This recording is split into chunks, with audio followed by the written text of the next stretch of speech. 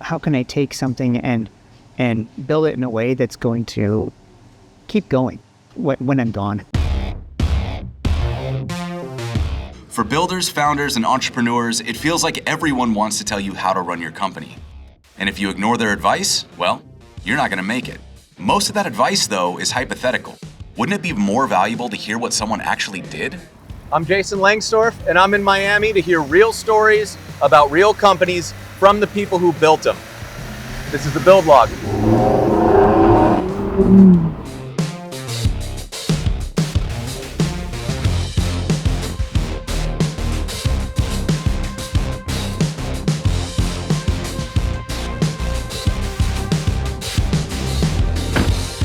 I'm at La Trova to talk to Tanner Linsley. He is a legendary open source creator, and I want to hear how he built TanStack. It seems like a lot is new. Yeah, there's a lot going on. It is really wild to think back to when it was like TanStack table and React query. And The first library that I did that really got out there was React table, which comes as a surprise to some people. Right. Yeah. No, I mean, I remember using it. It was solved a very specific problem that a lot of people had.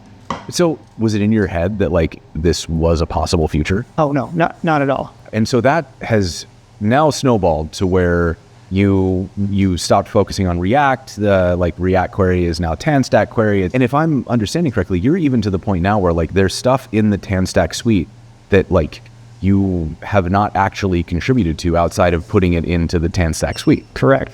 How does that feel? It's pretty weird. It's grown into something that is too big for just me. I mean, that's great. I wanted that. Was there like a specific point where you were like, this is the direction I want to go? Or was it more of a kind of like slow evolution? React table really tempted me to go into open source deeper because it was the first library that I was dealing with a problem that a lot of people experienced. And that high of just people being like, thank you for building this. Man, it came in clutch. I was like, oh, I like that, you know? So regardless of if it was successful or not, that was the first library that I built on my own. The moment that I knew it was going to be something even bigger was when React query ran away from me. Like it got on a flywheel during the pandemic. I did a handful of talks about it at conferences, and I swear I went away for a week on vacation or something and came back and it was just like everybody was using it. I was like, what is happening? It was like this incredible experience of seeing something that when I used it, I was like, this really solves the problem. That's sort of been a thing that I've noticed about your career is that a lot of times you choose different trade-offs. Like when everybody else was saying, well, we want to ship this and we want it to be out there, you were like, I'm not shipping router yet because the type safety is not there yet. Do you think there is a specific thing happening in your approach to work or your general outlook that like edges toward that, like go way above and beyond on completeness, or is there something else at play? My personal approach to software is actually not to perfect everything. I've always just kind of anchored around pragmatism. When I was building all this stuff at Nozzle, I wasn't building it with the intention of, it's got to be perfect before I release it. It was more like it needed to solve an immediate like pain I was having. And as soon as it solved my pain in a way that I could move on to the next thing at Nozzle, I was like, okay, here you go, world. To be pragmatic, there are trade-offs of saying like there's far enough, there's too far, there's not far enough. Yeah. What was informing that decision that maybe you think was different from what other people were looking at and saying like it's not important enough, it's too much of a trade-off? When I was at Nozzle, I was the only front-end developer, and building something to that scale on your own is impossible without having tooling to help you. And so I was literally dealing just with the insanity of trying to manage all this stuff in my head. I needed to take it to the point where not just me or employees coming into Nozzle, if I was going to ever hire more front-end people, that they could step into the role and they wouldn't have to just learn everything. So that pragmatism isn't just about the here and the now while I'm typing on the computer. It was like the pragmatism of scalability. How can I take something and build it in a way that's going to keep going when I'm gone. You were almost building not because you thought you needed to hit some arbitrary level of completeness, but you were almost building against your own perceived weaknesses. Yeah. Do you carry that level of like almost kind of like defensive feature building? Is that something that you're kind of carrying across other areas of your life? I like to prepare for the future. I am a very defensive programmer. I'm a defensive businessman. I just like to be prepared for random things. Was there a particularly hard lesson that kind of made that click for you, or that drove that home as like, this is the right way for me to move forward? Or is that just a natural tendency? In my years during college, I suffered from anxiety and a little bit of depression. And some of that was, I lost my dad at a young age, but it gave me some perspective.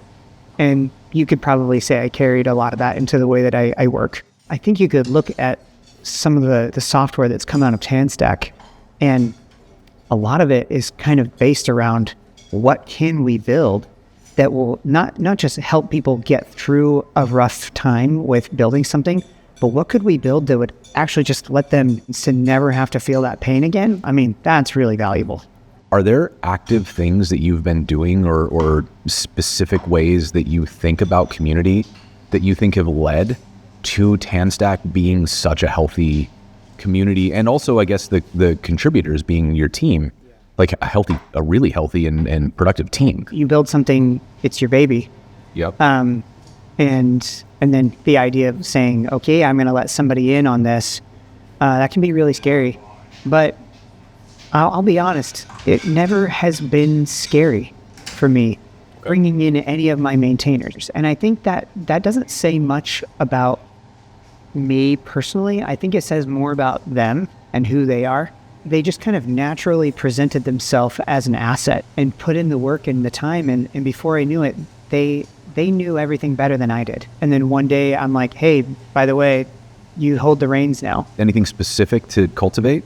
I'm good at some things, but it doesn't mean I enjoy doing them. And when I see somebody that's good at doing something that I don't like to do, I will happily hand them the control to do that. Giving those opportunities to grow into the role, I think, are important. And it's that turning point of trust where it's like, okay, you are clearly capable of making better decisions now for the future of this thing than I am. I'm not a late stage person. You know, I love the first 80, 90%. Yeah. And the last 10%, I just want to crawl in a hole and die. It's hard to say, yeah, you know what, you're right. You know better about how to raise my baby than I do. And that can be hard.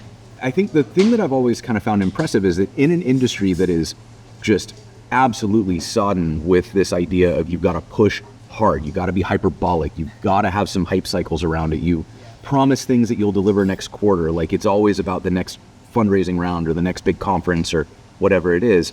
You do things in a way, and like the whole community does things in a way that feels far less ego-driven. How are you kind of balancing that visibility versus like not overhyping? Having visibility into something you've built is great. It's a wonderful feeling. It makes me feel successful. Telling the world that it's just as much about them. To be honest, I spent 10 years working on Nozzle, even through a decade of, are we going to raise money? And we can't pay ourselves this month or the next month or the next month. You know, like there were points in time where we went entire stretches of a year or almost two without giving ourselves anything. Whoa. And it was hard.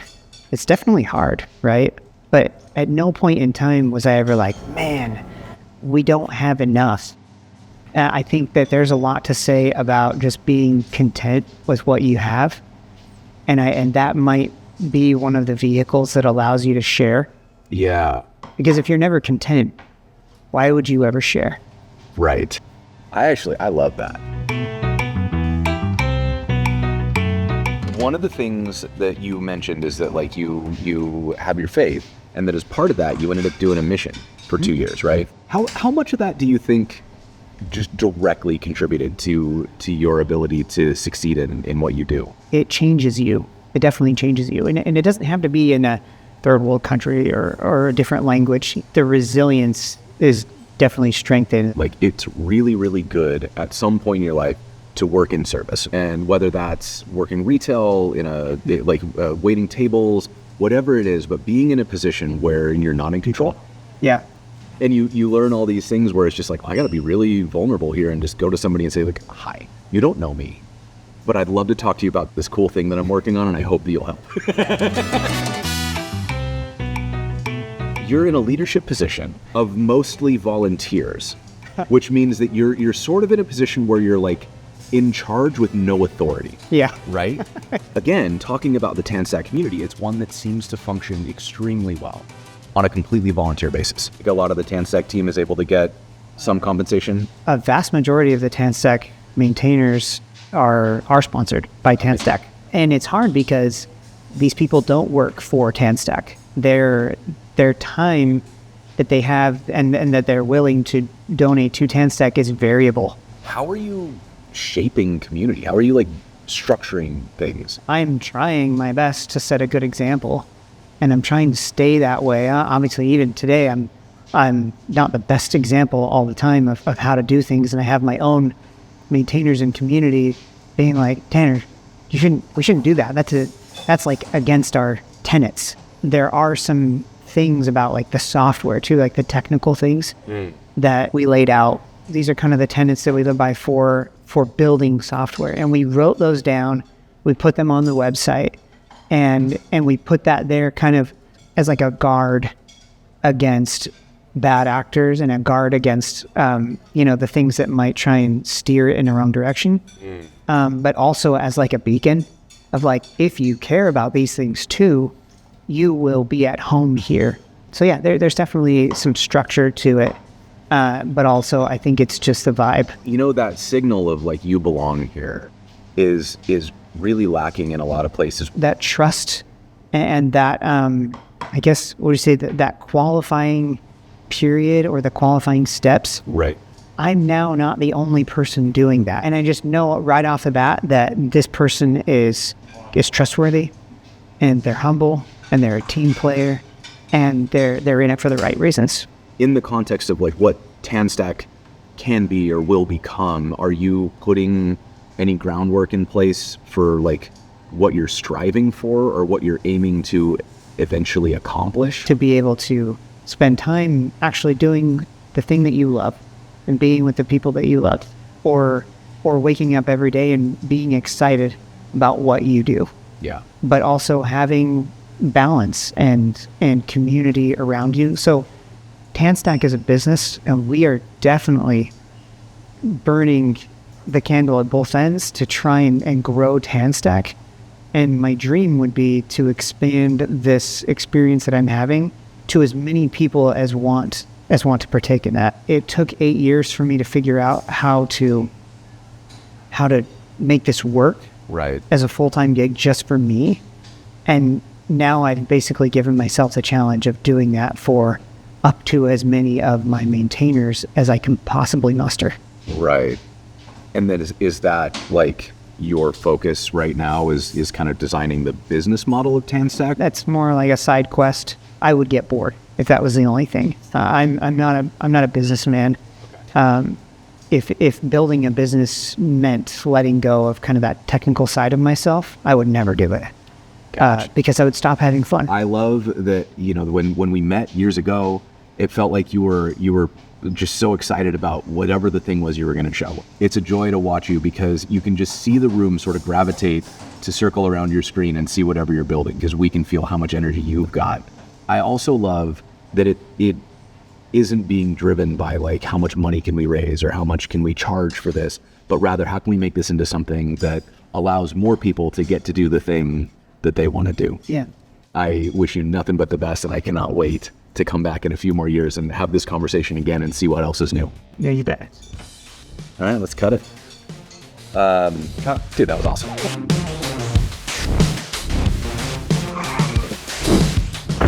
It's pretty clear that the industry is never going to stop evolving, but one thing remains true. The things that make builders into builders aren't really going to change.